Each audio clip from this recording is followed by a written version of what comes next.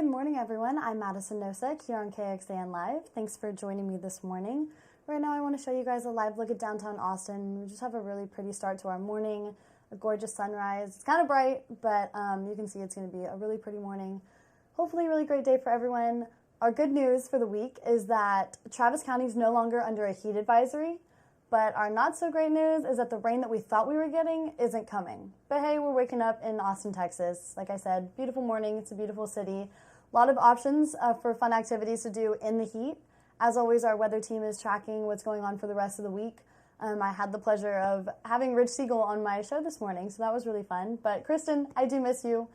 She's not here this week, which is going to be sad. But if you want to see what the weather team is up to, just head on over to KXAN.com and you can see what the forecast is going to be for the rest of the week. But I want to get you guys started with this morning's top stories, so let's jump into it. This morning, officials in Georgetown are going to begin the process of removing a single-engine plane that's actually sticking out of the roof of a house. The plane slammed into the duplex yesterday, here you can see it on your screen, after authorities say that the pilot reported engine problems.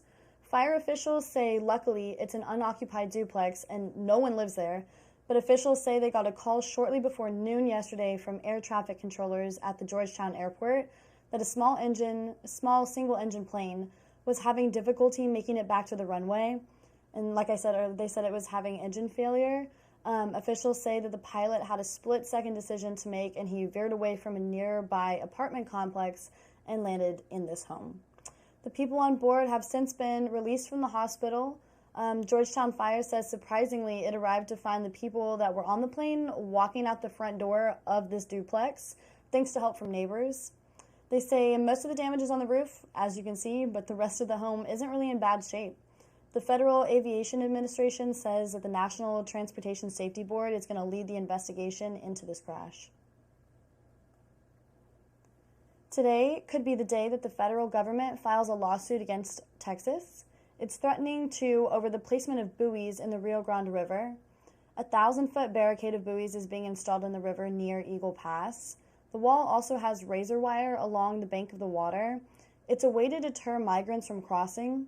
The Department of Justice says that the buoys violate federal law and present a risk to public safety and raise humanitarian concerns.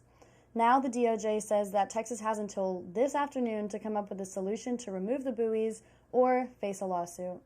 Governor Greg Abbott responded in writing by saying, "We will see you in court, Mr. President." Police are still looking for the person that broke into the NAACP office in East Austin. That's according to the president of the Austin chapter, Nelson Linder. Linder says that someone threw a brick into the front window, broke things inside, and stole items. He says, thankfully, no one was in the office on East 11th Street at the time. But Linder says he doesn't want anyone to make assumptions. He said he wants people to know that the incident appears to be more personal than political.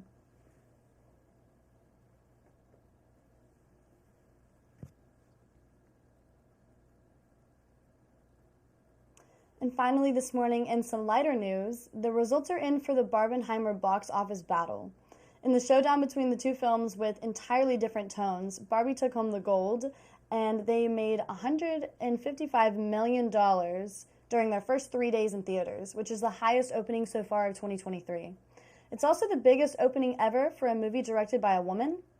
At the same time, Oppenheimer brought in about half of that. It made $80 million during the opening weekend. So, yeah, I'm really excited. I really want to see Barbie. I haven't yet, but leave us in the comments if you've seen either and give us your opinions on which one you liked more, or if you've only seen one, what your thoughts were on that. But again, I'm Madison Nosek here on KXAN Live, and thanks for joining me. We'll see you tomorrow. Bye.